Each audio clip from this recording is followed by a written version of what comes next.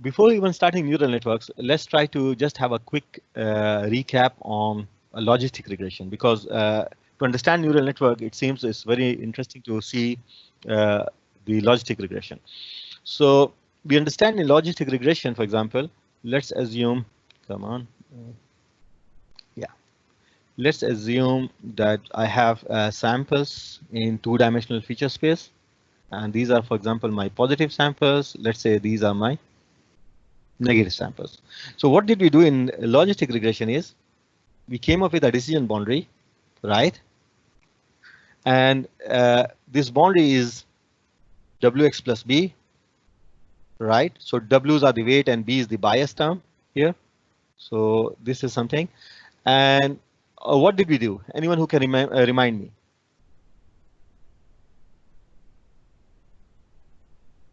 What did we do with this Wx plus B? Our goal was to measure.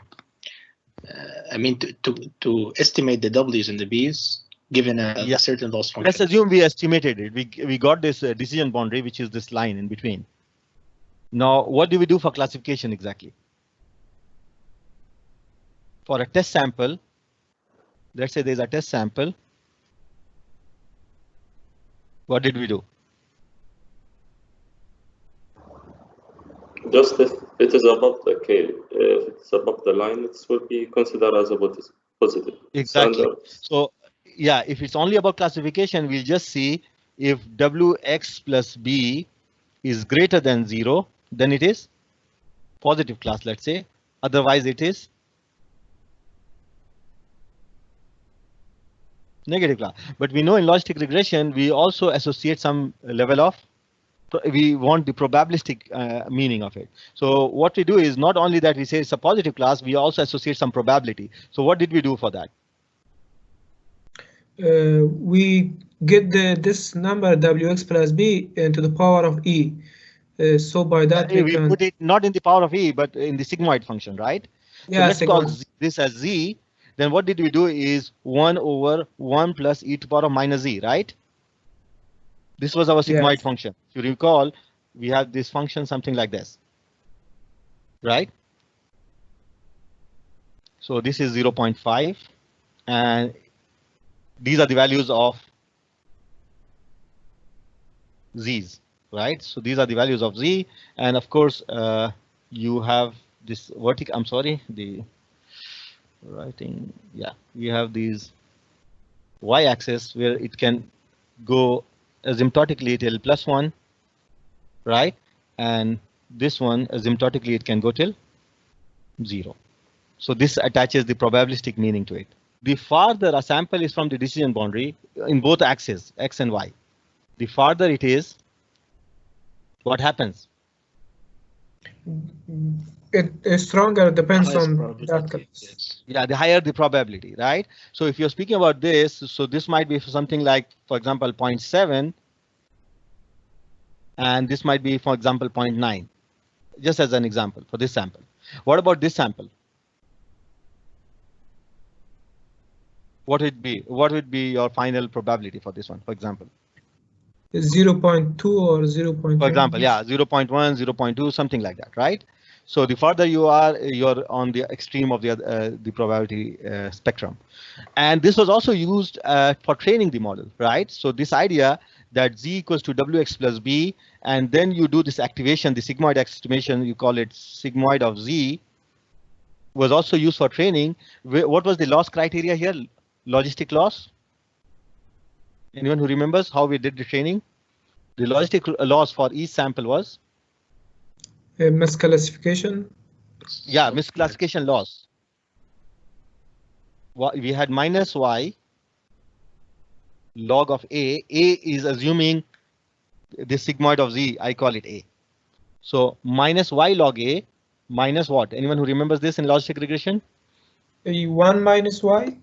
1 minus y times? Log of 1 minus A, right? This was our loss, and we differentiated it to get to know how the loss changes with respect to the parameters W and B. You remember that? Yes. And based on that, we found that how we get the DW, the change of loss, dW is what I call sometimes is the change of loss with respect to W. What was it? Anyone who remembers this?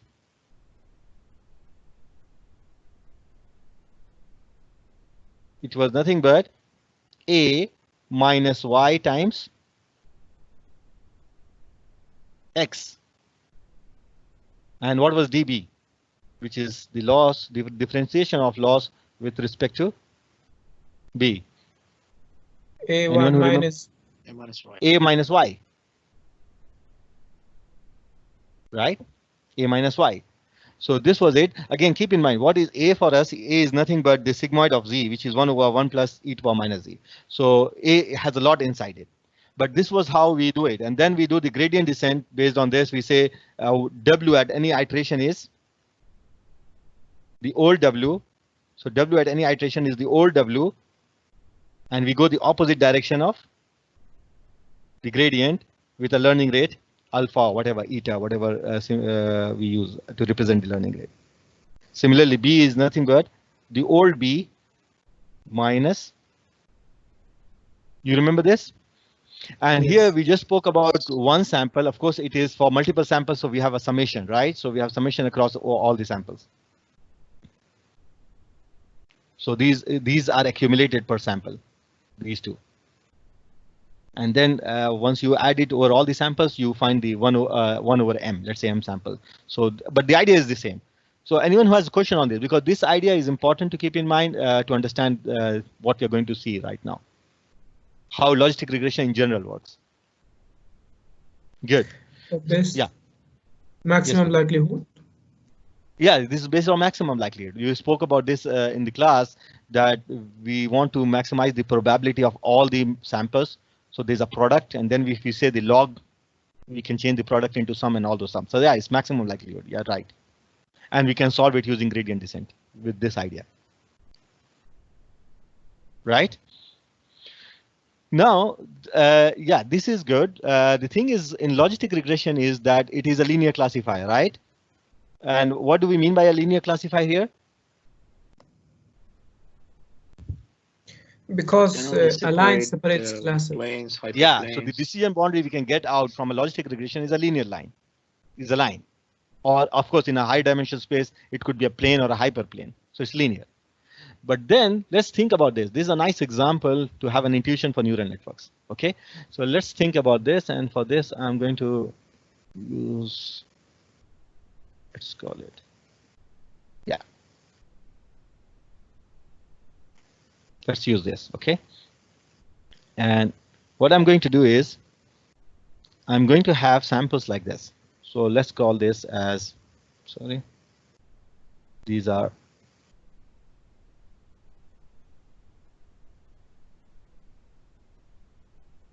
my samples. Come on.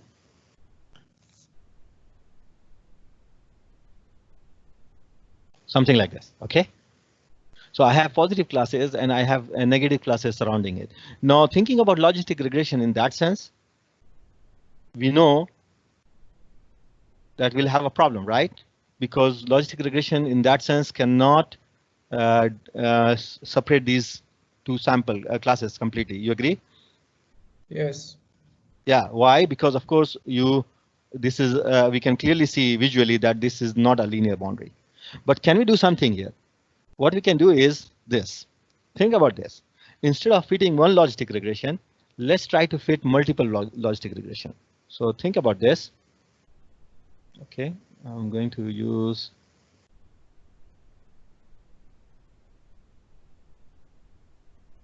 I'm sorry. Let's try to write again. Let's put it this way. Maybe that's better. So this is one line. Let's assume it's line, right? So if you use this logistic regression just to separate these negative samples from the rest, it can be done by one logistic regression, right? You agree? Yes, yeah, clear. And here, what we are speaking about is this particular one, right? So what it does is, it says, assuming you have this two-dimensional space, so you say W, the first one the first logistic regression times x1 plus w, okay, because it's the first layer also, so yeah, this is one of them. So you have w1 x1 plus w2 x2 plus b. Let's call this one. This is z, and of course you do the sigmoid of that. So this is this line. This makes sense? Yes. Good. And what will happen is, if this thing, this z, right, if this z is less than 0.5, what do we say? Then we say it's negative class. Negative, yes. And otherwise, it might be positive or mixed. We don't know. This is one logistic regression. We are training it just to separate this negative one. But what we can do is, similarly, we can have another one, right? So let me use another color here. Okay, so another one here. And now, instead of calling this z, we'll call this one, the first one is z1, and let's call this as z2. Now, what is this z2 doing? Z2 can separate maybe these negative classes from the rest. You're following with me? Yes. So how we train it is, somehow we are saying z2 equals to, for the second time, so it's w, let's say 1, w21, okay, and x1 plus w22 x2 plus b2. And just to make it clear, this will be then, because it's now more than one, w11, w12, and b1. So we are training this, and of course we'll pass this to another sigmoid, and we make the final decision. So the activation, that let's call this as activation A1, and let's call this as activation A2. Okay, and here, just to be clear, A1 is less than 5. So here what will happen? If A2 is less than 0.5, what do we say? Negative class. Negative class, exactly. But this one is these samples we mean. So negative class. Otherwise, of course, there is a, otherwise there's a mix. And similarly, what we can do is, we can take with this third idea. We can come up with a new line, again assuming it's a straight line, and let's call this as Z3. So what happens now to Z3? Z3 is, again, let me write it here, A3 is nothing but sigmoid of Z3, which is nothing but W31 x1 plus W32 x2 plus B3, right? And if A3 is less than 0.5, what happens? It's a negative class, otherwise something. You agree? Yes.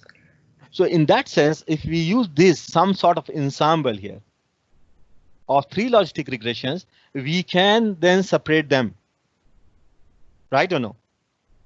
Yes. So now, because we have now these 3 individual class logistic outputs, what can we do is, we can come up with another logistic regression which takes the output of these, the activations of these A1, A2, A3 to train another logistic regression. You see my point? So let's call that the final thing. So what I'm doing is, for example, let's think about this sample. Let's think about this sample. Okay. For this sample, okay. Let me use this black color. For this sample, think about that. If you train these 3 logistic regressions and you get these values, so you get A1, you get A2, A3. What will be this A1 value? Approximately, I'm just thinking.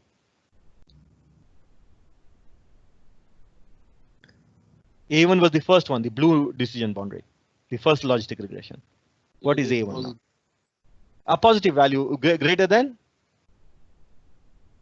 Of course, all of them is positive because it's sigmoid, right? So what is A1 then? Should be greater than 0.5. So it should be greater than 0.5. So assuming this was 0.6.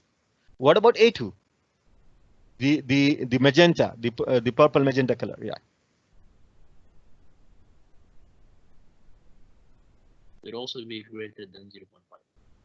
It's also greater than 0.5. So let's assume that this is going to be 0.8. And now A3, what is A3 going to be?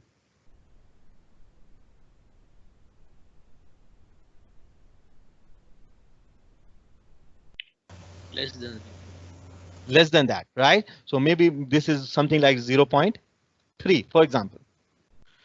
Now what we can do is we can use these three activations of three logistic regression, and we have a sample which says actual value, the y, which was negative plus. Similarly, we have a positive one, for example, it has its own z's and activation. So maybe this one was 0.6, the other one was 0.6, and this one also was 0.8, right? And these are positive class, and so forth. Now what we can do is use these as features, the activations of the previous three logistic regression, to train another final logistic regression, which trains on this. So what do we get then? We get the final thing, which is what we get. We get the final activation A, which is nothing but Z, which is a combination of W, a new weight. I'm just leaving a subscript for the final thing. So W times, so W1 times A1 plus W2 times A2. W2 times A2 plus W3 times A3 plus B. And this is our activation, which will be finally sent through a sigmoid. And this can train to solve this type of non-linear decision boundary. Do you get this idea? So individual logistic regression was not able to solve, but if we have this particular sample, we might have something like that, that we train three individual logistic regression, and then using the output of these three, we train another fourth one to give the final output, the class Y.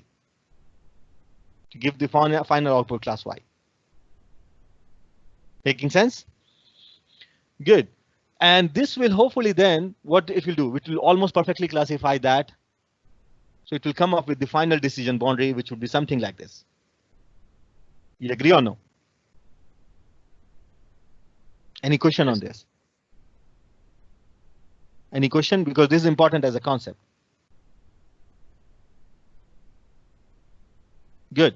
So if this is clear, now let's try to represent that as a computation graph. So what did we do? We have a question, please. Yes. This one we studied before, I cannot see any differentiation between here and before. This one? Yeah, only we add one more region. Before we have yes one or more, no. exactly. That's yeah. it? So what we let's go step by step. So what did we do is, let's think about this. We have a logistic regression. Let me represent that by a circle, a node, computation node. And this was doing what? It was calculating. Let's try to split it. It was doing two things. It was calculating Z1, and based on Z1, it's calculating A1. What is the input for this?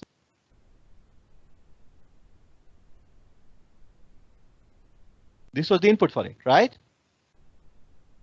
Similarly, there's another logistic regression. Let's call it this way. This was Z2. This was A2. And this was Z3. This is A3. And all of them are based on this. Is this making sense? And finally, the output of this was added to another logistic regression. So what was this? This was nothing but, of course, A1. This was nothing but A2. This was nothing but A3. And we make a final output, which is A. How we make this final output? Based on first computing Z, and then computing, of course, the A. So this is the computational graph. If you look at this individual one, computation nodes as a logistic regression. And what do you get this now? This is basically the core idea of neural networks. Yeah, Doctor? Yes. The first one, is it Z1 or X0? I'm sorry? What is Z1? Z1 is basically this. If you see what we said, Z1. Z1 is nothing but this computation. So let's call this as before. So Z2 is the second output of the WX plus B for the second logistic regression. Z1 is the WX plus B for the first logistic regression. Z3 is the WX plus B for the third logistic regression. Ah, so you mean it is like the layers. So the first layer has Z1, the second layer has Z2, and Right now, we just made it simple. Of course, we didn't speak about layers right now. We just said there's the output of the first logistic regression is Z1, the output of the second is Z2, and the third is Z3. And of course, after passing it through sigmoid, that Z1 becomes A1. The Z2 after passing from sigmoid becomes A2, and Z3 becomes A3, which becomes input as features for a new logistic regression, the A1, A2, A3. Yes. And you get the final thing A. So Z is nothing but the linear combination of WX plus B for the activations of the previous logistic regressions. I see. Makes sense, right? So if you look at this computation graph, basically this is the core concept of neural network. That's it, right? So what do we call this as a neural network? We call this one as the input layer. Not CNN right exactly, but a basic neural network, a fully connected neural network. So we have this as input layer. This one is called the hidden layer. And this is called the Output layer. Output layer. Exactly. That's it. And this in literature is called a two-layer neural network. It's called a two-layer neural network. Of course, the input layer is normally not counted once you count the layer. So this is two-layer neural network. You have a hidden layer and an output layer. And this can basically come up with non-linear decision boundaries. As in this example, we saw something like this. It will come up with a non-linear decision boundary. So this is the core background or understanding we need to understand before we go any forward in the neural network. Anyone has any question on this understanding? Please let me know if you have some question to be discussed. This is very basic, doctor, but notation is different. Yeah, but just as an idea that neural network sometimes looks quite complicated, but at the core of it is basically if you can understand logistic regression, you can easily understand neural network, right? Good. So that was it as an idea. Now to understand that, right?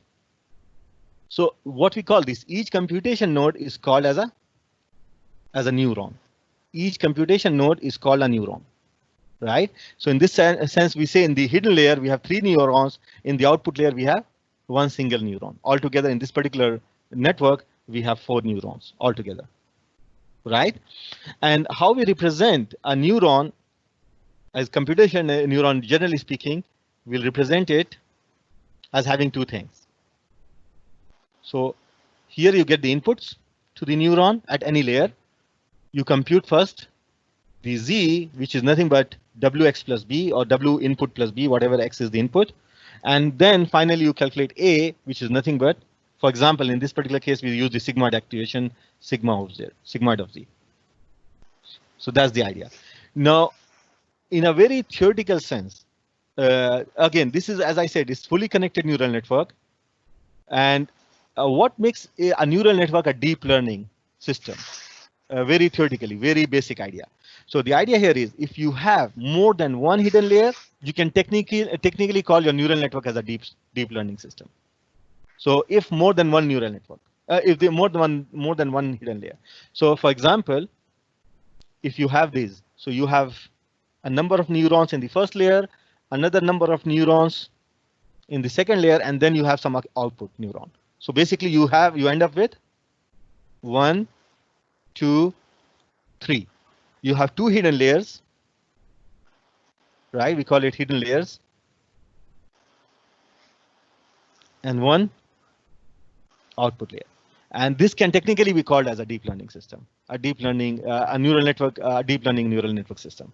Of course, in a real practical applications, you don't have only 2 hidden layers, you might have many hidden layers. But to understand all of that, let's first understand the basics of neural network, how the computation is going on, how you do the training and learning and stuff like that, right? Also, there's a small thing is why it's called a neural network. The idea of this type of connection, it comes from the idea of the brain neuron, right? Again, excuse my drawing. I don't know how to draw it even, but you have these different parts in the neuron, and then you have this long nerve cell called axon, and then again it has some, let's call, activations or output, right? So this is normally called an axon. This is, for example, the main cell of the neuron, and it could be nucleus here, right? The main cell body. And what does it happen is these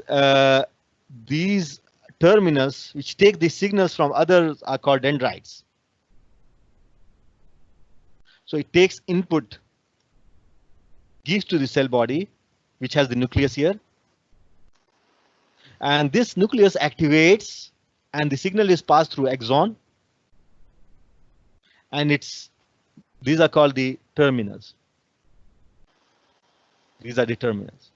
And these signals pass on to another set of dendrites for other neuron cell. So this was the idea here. So if you can see, our computation graph does not look very different from that, right? So you have these input coming, and let's call this as the cell. It makes some computation, does activation, sends the signal to this terminal to another layer of cells. So that was the intuition behind calling it a neural network, right? So in a sense that it looks like how a human brain neuron is connected and it works. But of course, there's a very big caution here, right? The caution is that similarity almost ends there, because even with all the advances in brain, I don't know what even is called, the science behind these things of brain scanning and signals and understanding how human brain work, there's a lot of unknown than known. We don't know even very little, right? So yeah, this is just as an idea of how the name and its history comes about, but how the actual human brain works is a very complex process. And with all even the advances, people do know a lot, but still what we don't know is much more than what we know. So yeah, let's stop that similarity or comparison there itself. Yeah. So of course, we understand that deep learning is a very fast growing field in AI, right? So it's many problems, you get very good results using deep learning. So that's true, right? So again, as a very quick history actually of some very key historical events in machine learning, just before we start this seriously, the neural network and deep learning stuff, the least square, the regression technique is almost, it was there from 1805. This was the year where you have this Andrin, Marin, and Legendre. So this is Liska was there. In 1812, you have this Bayes theorem. So this is least square, and we have this Bayes theorem was 1812, right? Named after, of course, Thomas Bayes. So this is Bayes theorem. And then in 1913, this is some key events, of course, by the way, just to keep into perspective the deep learning. So you have Markov chains, of course, named after Andrew Markov, the Russian scientist. So Markov chains in 1913. And then, of course, in 1950s, right, we got this first idea of neural networks and neurons, and of course, with the idea of perceptron,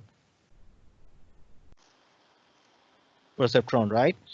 So Rosenblatt and others, right? So here you have this 1950s.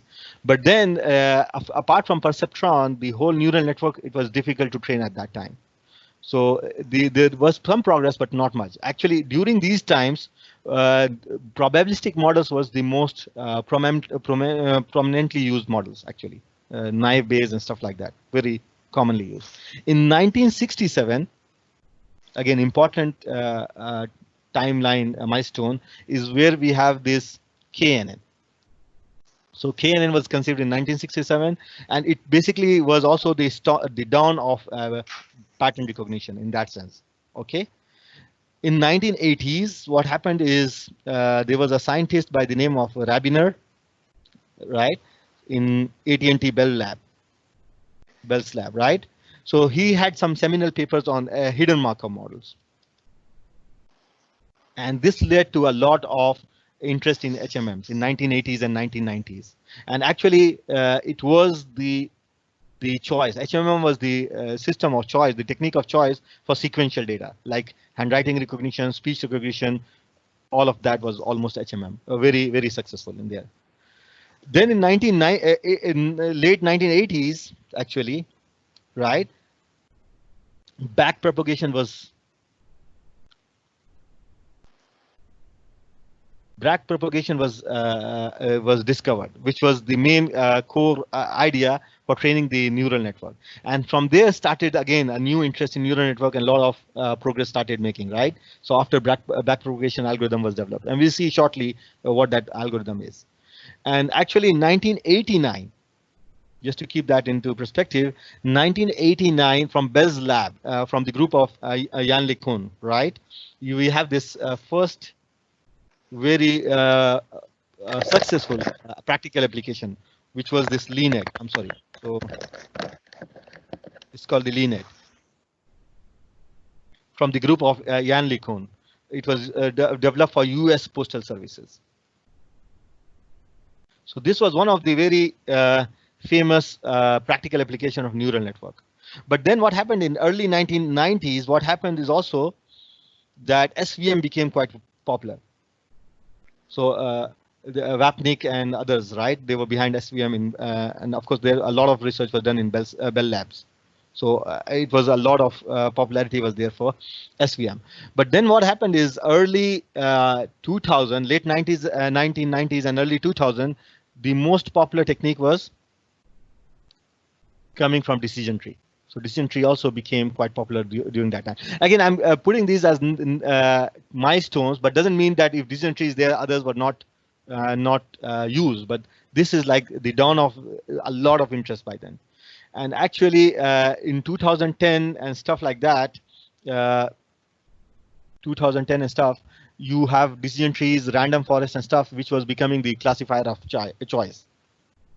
And if you see in 2010, Kaggle competition started in 2010. So 2010 is also important in as decision trees, random forest and stuff like that. And 2010, we have the beginning of Kaggle competitions. Okay. And if you see for a long time, most of the winning systems were basically either, I'm sorry, something happened. Yeah. Most of the winning systems were either random forest, ensemble learning, or other ensemble learnings, right? For example, gradient boost. So these were the ones which were actually leading most of the competitions in Kaggle. So actually, after the beginning of 2000 till almost 2012, right? So even late 1990s, you can add it. So you can call this somehow as neural network winter, in a sense that not very exciting results were coming up from research in neural networks. But what happened interestingly in 2012 is from the group of Jeff Hinton, right? Jeffrey Hinton from University of Toronto. There was quite new, interesting results coming up. So in this time, what we call the neural network winter, there were at least many groups still working on neural network. Very importantly, there were groups of Jeff Hinton, University of Toronto, Yoshua Bengio, University of Montreal in Canada, and Jan LeCun. These three groups were very active still.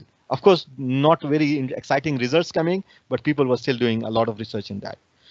And if you keep into perspective, 2011, again, for image recognition, we have this ImageNet dataset, right? The result was approximately, the top result was around 74-75% result, again, in competitions till 2012. But what happened in 2011? In 2012, with this Jeff Hinton's group and Alex, he was a PhD student under Jeff Hinton. They came up with this idea of this deep learning based neural network, and they made this result jump from this to approximately 83% or at 84%. And here came the new excitement in actually neural network and deep learning. Actually, to the point that after 2015, ImageNet by itself is considered as a solved problem. Now, what do we mean by a solved problem? That's another issue, but a very quick answer would be that if you can do almost equal to a human expert, then the problem could be called a solved problem. Solved problem doesn't mean that it has to be 100% accuracy, but let's say in that data set, a human can do 96% and you can do close to it, 96, 97 or 95.5, something like that. You might say technically it's a solved problem in that sense. Now, what's the current status now? So does it mean that all the machine learning now has gone to deep learning? The answer is no, actually. If you even see the current competitions, you can see machine learning activities are basically two types of, in one way to look at machine learning is you have structured data.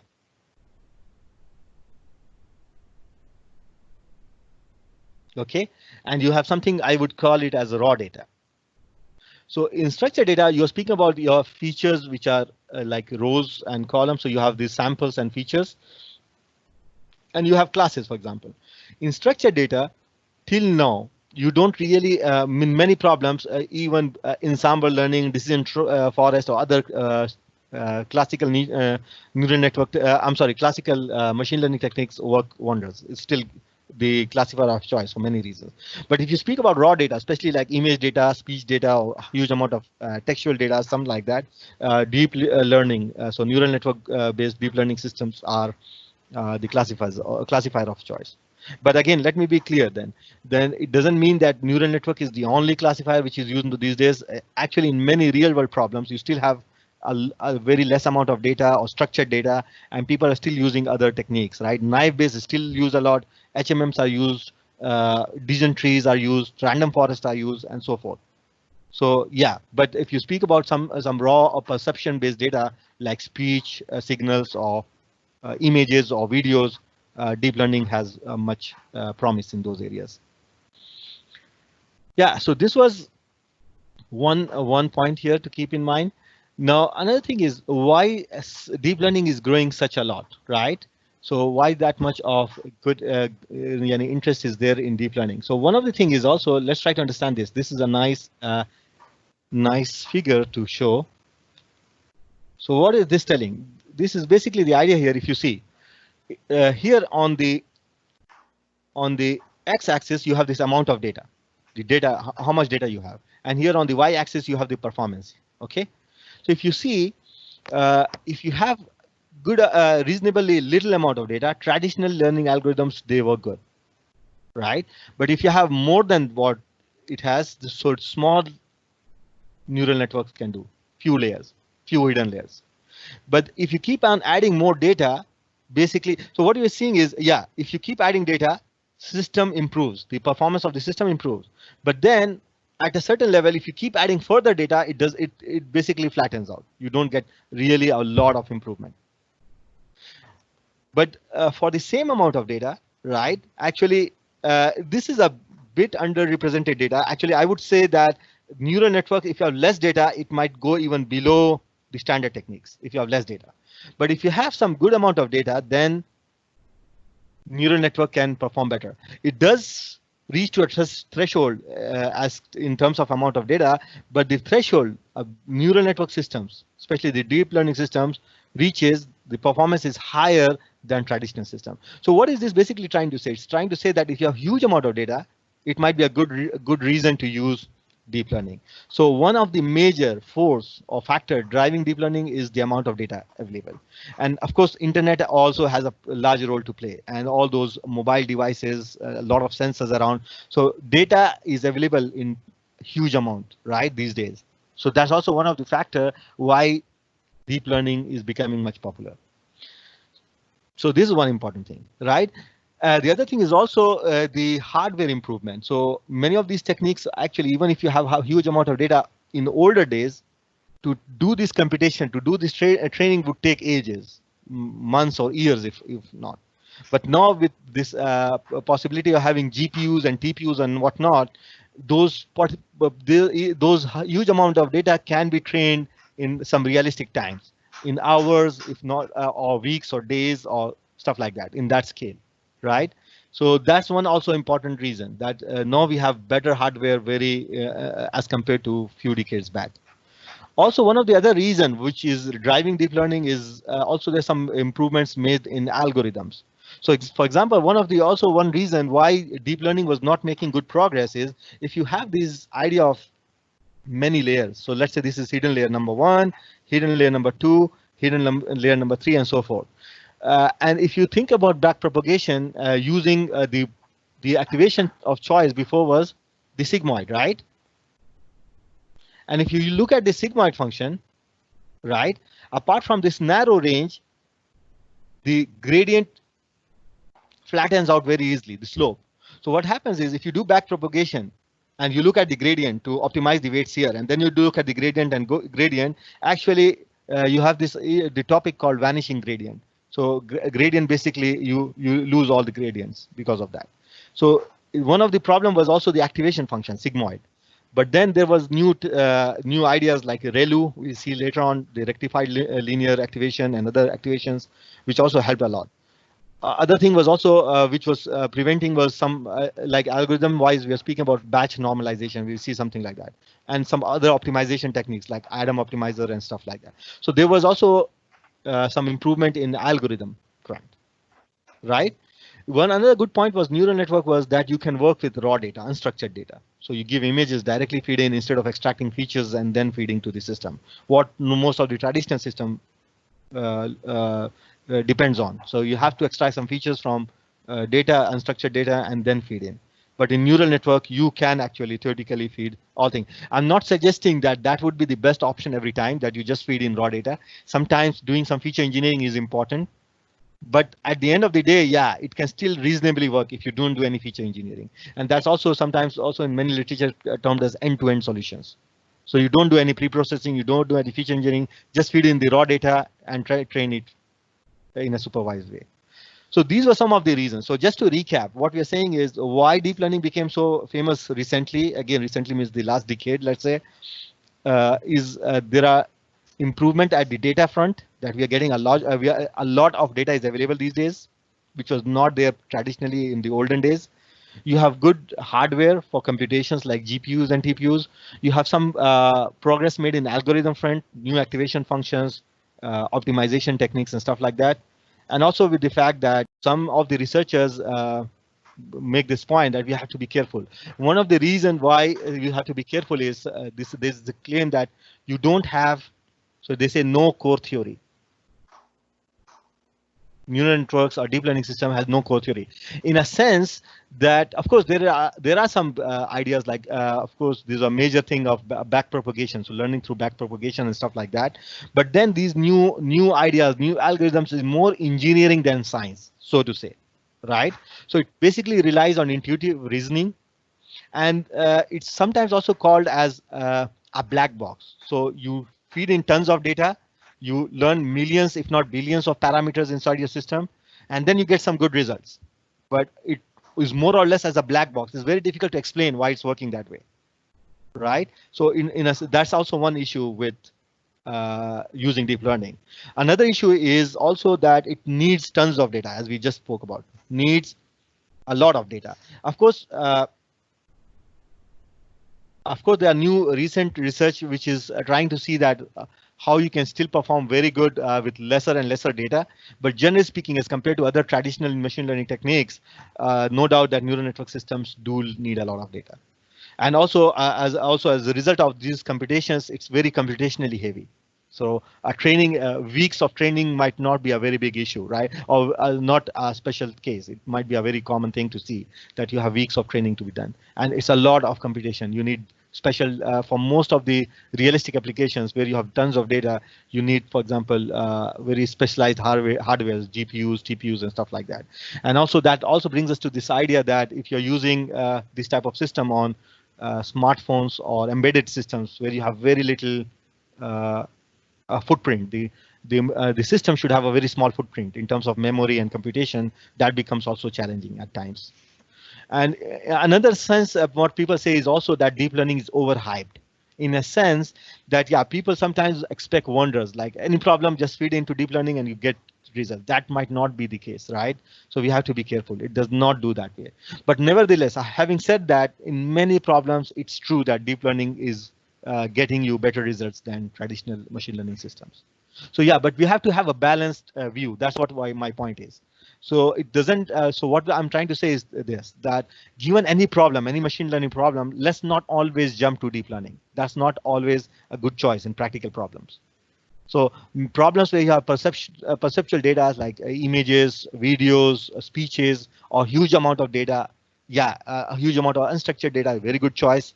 If you have structured data, maybe the first choice you should think about is some other traditional machine learning techniques. You should not first look at deep learning. And again, in some problems, in real world problems, you not only need good classification or regression results or whatever it is in the scenario, you also need good explanation of what happens, right? So medical systems, financial systems. So in that case, maybe even decision tree might be a good choice in many real world problems. Or even a basic logistic regression might be a good choice. A naive Bayes might be a good choice. So we have to be careful. As a machine learning expert or professional, you have to make your good choice. It's not all about deep learning, but nevertheless, deep learning is still promising, no doubt. Good. Good. So let's now try to move forward in neural network. So what we'll do from now on, again, we don't have much time, but we'll have a quick introduction to neural network. And in the next class, we'll go through some of the important elements of training neural network. And before we jump to deep learning systems, okay?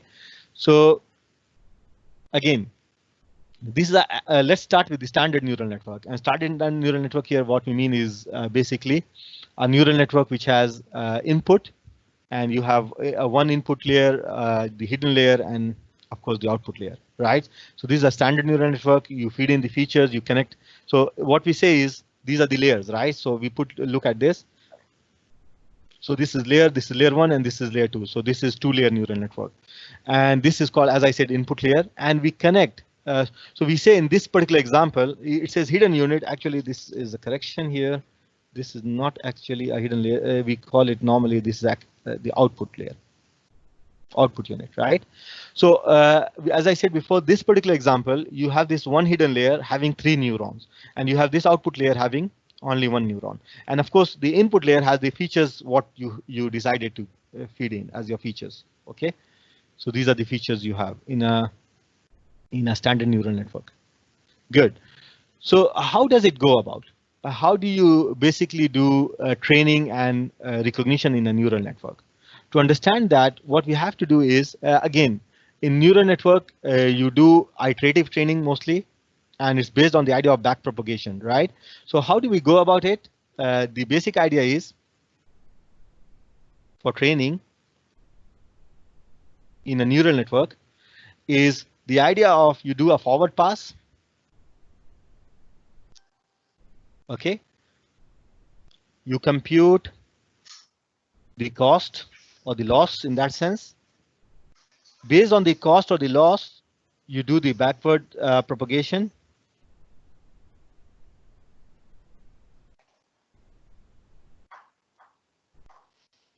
And after this back propagation, you are going to basically, as a result of that, you update your parameters. Okay, so you say any parameter p at time step t plus 1, it's an iterative process, is nothing but parameter at time t and a learning rate times the derivative, the partial derivative of that parameter.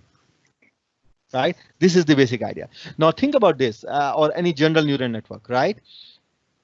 So what are the parameters we want to train? What are the parameters we are interested to train from our training procedure? So it's iterative again. So what do we have as parameters? Weights and biases. Exactly, the bias and the weights, right? So for every neuron, we have the weights here. So these are, we'll have weights at every link, and of course the bias. So these are all the weights, right? At different layers and different neurons. So basically, we are interested to train the weights and the bias. Exactly the same idea as logistic regression. But here we have, in a sense, we have a hierarchical representation. So we have layers. So the backpropagation, what it tells you? It tells you the idea here is,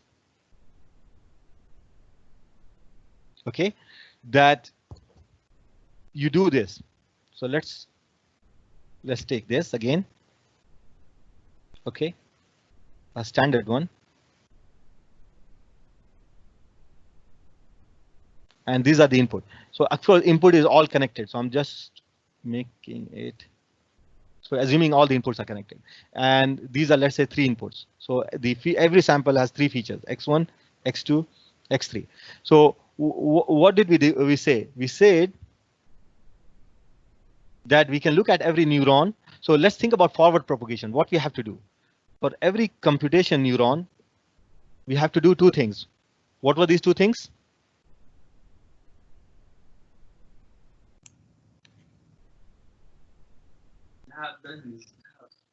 I compute So what is T the forward and then path? apply the sigmoid. Exactly. So in a very basic sense, what we are going to do, we are going, let's call this as, I like this notation also some people use, is Z square bracket 1 and the top square bracket is the layer, right? So you have, for example, Z 1 1, Z 2, Z3, and this one, let's call it Z in the second layer, the first neuron. And similarly, you have, this is A, the first layer, the activation 1, A, the first layer, activation 2, A, the first layer, activation 3, and here you get this one, A, the, or even we can use it here, why not? So what is this doing is basically A, the second layer, activation 1. And again, this is also a typical architecture, a standard neural network with binary classification. Let's stick for the time being to binary classification. So what we are going to do is, what is Z first layer 1? This is nothing but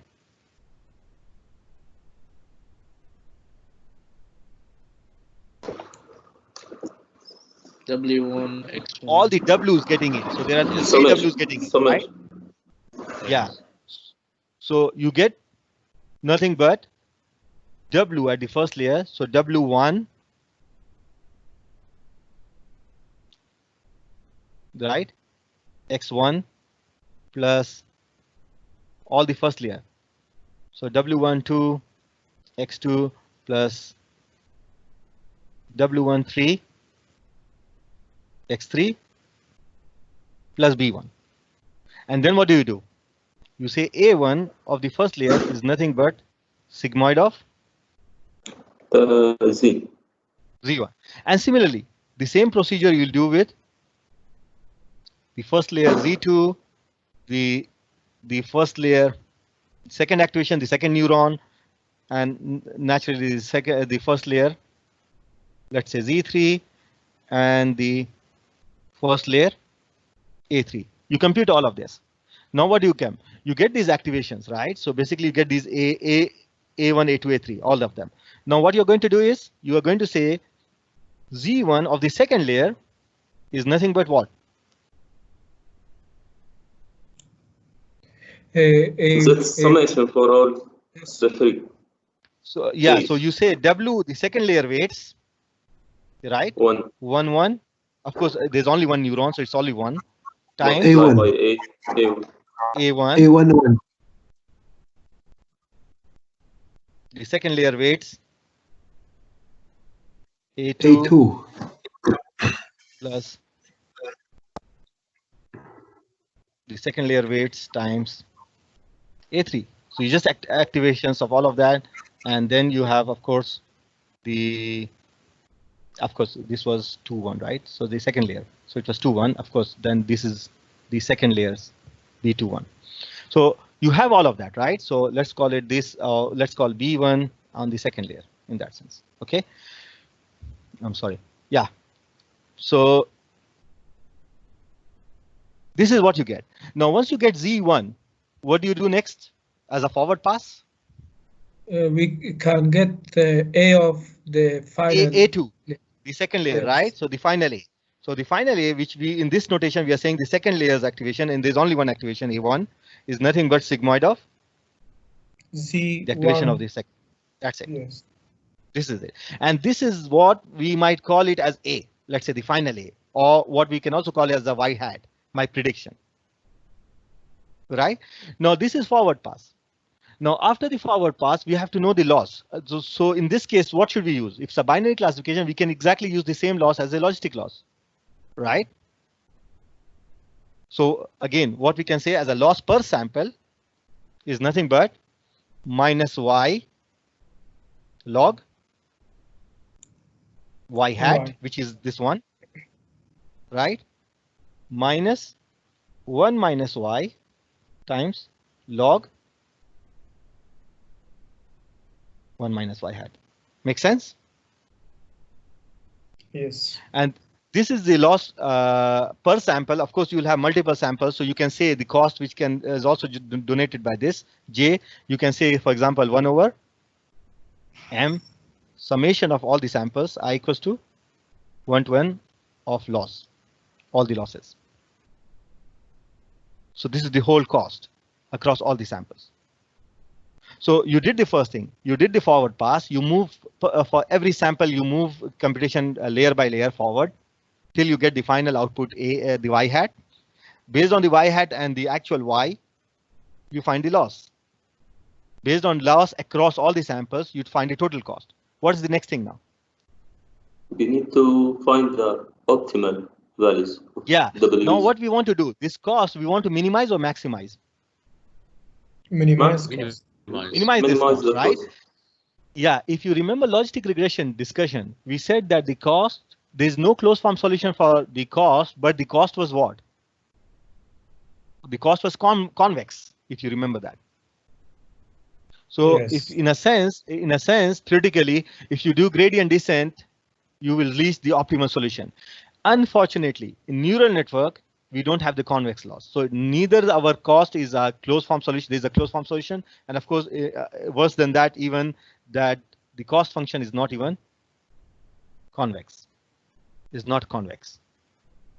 Right? So, but we still do gradient descent. We still do that. So it could be that in an unlucky situation, you start with some random weights, W's, and we land up here. This will be our convergence. We get this solution. It's possible. Instead of getting the local minima, you might get the global minima for the cost. You might get trapped in the local minima. In a sense, of course, in neural network, you can have that. You might end up with not the optimal solution. This is something very important to keep in mind. This is more true if the feature space is very low dimension. You're speaking about features, 5 features, 10 features in the problems like that. There is still the literature is not very clear about that, but it says generally speaking, if you have high dimensions feature space, you're speaking about normally in perception based features, you're speaking about 1,000 features, 10,000 features and stuff like that. In those problems, you don't have a big problem of getting stuck in a local minima. You don't have it. Now the question is why? It's a very difficult thing, but the researchers, what they say is, if you want in a very high dimensional feature space, again, we can't even plot it. The cost can't be plotted even. It's not easy to visualize it, right? What happens is if you're going to be stuck in the local minima, what is trying to imply? It is implying that all those 1,000 features, their gradient is pointing to that direction. That way you get stuck to the local minima, and that's a rarely a case situation. So in many problems using neural network, we have high dimension. If you have high dimension feature space, you don't normally end up with close to good solutions. So practically speaking, good solution. We don't guarantee still that it's a global best, but still we get practically good solutions. Okay, but and that the idea is you don't normally get stuck in a local minima, but there's something called a saddle point, where you might get stuck in some area where many of the features are flat, but there are some areas where you can slope down to a saddle point. A saddle is basically what people put over a horseback, for example, to sit on it. So it's a saddle point, right? Something like that. So you get, but it's not a local minima in that sense. And if you have good optimizers, we'll see like Adam optimizers, there's a good chance that you can go beyond that sort of saddle point to some other areas, and your training is better in that sense. So this is something to keep in mind, right?